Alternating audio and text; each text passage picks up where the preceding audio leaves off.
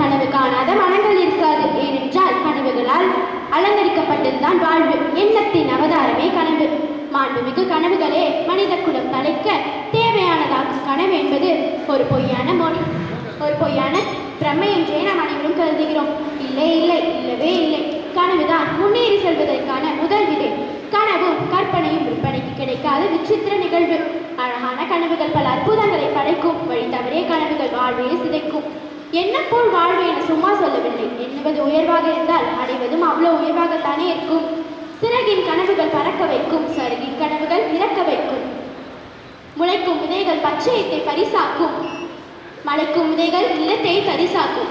1000 கனவுகள் காணலாம், அத்தனையும் அடையும்படி இல்லாமல் போனாலும் நம்மை சிறு கூட்டுக்குள் அடைக்கும்படி இருக்கக்கூடாது. எனவேதான் எண்ணுவது உயர்வென்று தான் இயற்றிய குரல் மூலம் வாயிரைத்தான் வள்ளுவன். மனித குலம் தோன்றிய காலம் முதல் இதுவரை வளர்ச்சி என்பது ஒவ்வொரு மனிதனின் தனிப்பட்ட கனவினால் விளைந்தது. பறக்க வேண்டும் என்று கனவு கண்டவனால் தான் வானூர்தி படைக்க முடிந்தது. நிலவை பற்றிய நீங்காத கனவுதான் நிலத்திலிருந்து நிலவுக்கு வாகை சூடும் வடிவமைப்பை தந்தது. இப்படி இருந்தால் எப்படி இருக்கும் என்ற கனவே இத்தனை விஞ்ஞான வளர்ச்சிக்கும் காரணம்.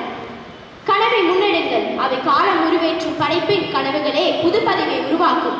அழகான கனவுகளை ஆழமாக காணுங்கள், அது கலைந்து விடாமல் கவனமாய் பேணுங்கள். உலகையே உங்கள் கையில் ஏந்தலாம், காற்றிலும் கை கொண்டு நீந்தலாம். நன்றி, வணக்கம்.